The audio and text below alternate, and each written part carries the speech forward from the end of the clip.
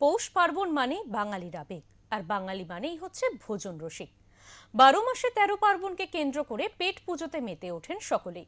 পেট পুজো মানে শীতকালে রসনার তালিকায় পিঠে হলো মাস্ট। তাই তো বছরের বিশেষ এই সময় পিঠের স্বাদ তাড়িয়ে উপভোগ করতে ভিড় জমে মিষ্টির দোকানে। উত্তর থেকে দক্ষিণ পৌষ পার্বণে মেতেছে গোটা রাজ্য। আর পৌষ পার্বণ মানেই পিঠে, পুলি, পায়েস এইসব খাবারের সম্ভার। পৌষ পার্বণ এলেই বাঙালির ঘরে ঘরে পিঠের গন্ধ ছড়িয়ে পড়ে। শীতের সকালে খেজুর গুড়ের মিষ্টি গন্ধ, ধোয়া ওঠা ভাপা পিঠে কিংবা নরম পাটিসাপটা, এসব ছাড়া যেন পৌষ পার্বণই অসম্পূর্ণ।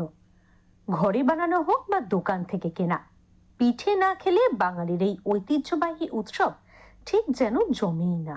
সেই কারণেই পৌষ সংক্রান্তিকে ঘিরে শহরের বিভিন্ন মিষ্টির দোকানে সকাল থেকেই ভিড় জমাতে শুরু করেছেন মানুষজন। শিলিগুড়ি সহ বিভিন্ন জায়গায় মিষ্টির দোকানগুলিতে দেখা গেছে পিঠে প্রেমীদের লাইন। ভাপা পিঠে, দুধ পুলি, পাটিসাপটা, চুষির পায়েস, পায়েস, গাজরের হালুয়ার পাশাপাশি নতুন নতুন ফিউশন পিঠেও রয়েছে ক্রেতাদের আকর্ষণের কেন্দ্রবিন্দুতে। এক ক্রেতা জানান, আগে বাড়িতে অনেক লোক থাকতো বলে পিঠে বানানো হতো।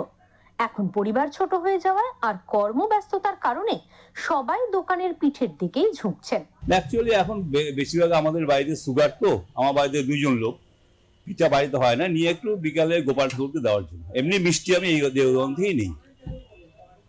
এখন কি চাহিদা বাড়ছে পিঠা, মানে মিষ্টির দোকানে পিঠা বানানো? সংক্রান্তির আগে তো মা দিদিমারা বাড়িতে পিঠা বানাতো। এখন অ্যাকচুয়ালি সংসার ছোট হয়ে গেছে, পিঠা বানালেও খাওয়ার অনেক সময় লোক থাকে না বেশি, মানে অল্প পিঠে বানিয়ে তো লাভ নেই, এই জন্য মিষ্টির দোকান থেকে ঝোঁক বেশি। আরেকজন ক্রেতা অবশ্য জানান, আগের মতো ঢেকি ছেটে চাল গুঁড়ো করার চল এখন কমে গেছে। কেউ মিক্সিতে চাল ভাঙেন, কেউ হাতে করেন। তবে তিনি এখনো বাড়িতেই চালের গুঁড়ো করে পিঠে বানান। না না, বানানো হয়। আমি এক জায়গায় পুজো দিতে যাবো, তো এই জন্য সন্দেশ কিনতে আসছি। আজকে তো পিঠে পার্বণের দিন, পিঠে বিক্রি হচ্ছে। আগে দেখা যেত বাড়িতে চালের গুঁড়ো কেটে সবাই পিঠে বানাতো, চলটা কি উঠে গেছে বলে? না না, আমরা বাড়িতে বানাই করি। চালের গুঁড়োটাও কি বাড়িতেই করা হয়? হ্যাঁ হ্যাঁ হ্যাঁ, বাড়িতেই করা হয়। এখন তো আর আগের মতন তো ঢেকি ছাটার মতন করা হয় না, অনেকে মিক্সিতে করে, কেউ বেটে করে। আমরা এখনো বাড়িতে চালের গুঁড়ো করেই বানাই। দোকান মালিক জানান, বছরের অন্যান্য দিনের তুলনায় এই সময় বিক্রি কয়েক গুণ বেড়ে যায়। তবে এই বছর বেশ ভালোই কিন্তু বিক্রি চলছে। হ্যাঁ, চাহিদা তো রয়েছে। পিঠা হচ্ছে কি আপনার যেরকম মালপোয়া, পাটিজোড়া, তারপরে আপনার দুধকুলি রয়েছে, তারপরে বিভিন্ন রকম পায়েস রয়েছে, চুষির পায়েস, ছানার পায়েস, এই সমস্ত আইটেমগুলো তো রয়েছে। স্পেশাল ক্ষীর, তারপরে খোয়া, এগুলো তো রয়েছে। বানাচ্ছেন মিষ্টি দোকানে পিঠা বানাতে হচ্ছে কেন? কেন তো বলতে, এটা তো বহুদিন ধরে হচ্ছে, তারপরে এখন বিক্রি হচ্ছে, বানানো হচ্ছে আর কি। সবথেকে বড় ব্যাপার হচ্ছে এটাই। প্লাস এখন সবাই সেইভাবে বানাতে পারেও না, আজকালকার দিদি বোনেরা ওরকম ভাবে পারেও না বানাতে, বা পারলেও হয়তো বানায় না। আজকে হয়তো নিয়মটা রক্ষা করলো, বাড়িতে হয়তো পরে বানিয়ে খেলো। সবাই তো কর্মে ব্যস্ত, সবাই তো এখন ওয়ার্কিং লেডি। তো এই সমস্ত কারণে আমাদের ওই চিন্তা করে করতে হয়। আজ হয়তো কিনে নিয়ে যাচ্ছে, কাল হয়তো বাড়িতে বানিয়ে খাবে। চাহিদাটা কতটা? চাহিদা ঠিক আছে, চাহিদা ঠিক আছে। পিঠা তো কালকের থেকে আমাদের বানানো শুরু হয়েছে। এমনি তো রেগুলারই হয় পিঠে, তাহলে কালকের থেকে মানে একটা সংক্রান্তির জন্য একটু বেশি পরিমাণে বানানো হচ্ছে। কি মনে হচ্ছে মানুষ আজকাল পিঠে দোকান থেকে কেন কিনছে? দোকান থেকে মানে অনেকে এসে বলে যে তোমরা কি সুন্দর বানাচ্ছ, আমরা বাড়িতে বানাতেও পারি না, ভেঙে যায়।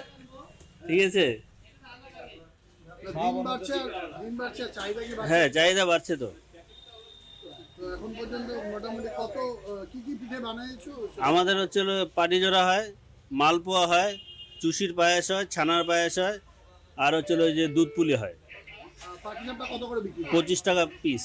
আর বাকিগুলো একটু মালপোয়া 20 টাকা পিস, চুষির পায়ে 440 টাকা কেজি, আর ছানার পুলি আছে 25 টাকা পিস। পৌষ পার্বণ মানেই বাঙালির আবেগ, ঐতিহ্য আর স্বাদের এক অপূর্ব মিলন। আর সেই ঐতিহ্যকে বাঁচিয়ে রাখতে পিঠের টানে আজও মিষ্টির দোকানে জমছে মানুষের ভিড়। শিলিগুড়ি থেকে অরূপ পোদ্দারের রিপোর্ট, ওঙ্কার বাংলা।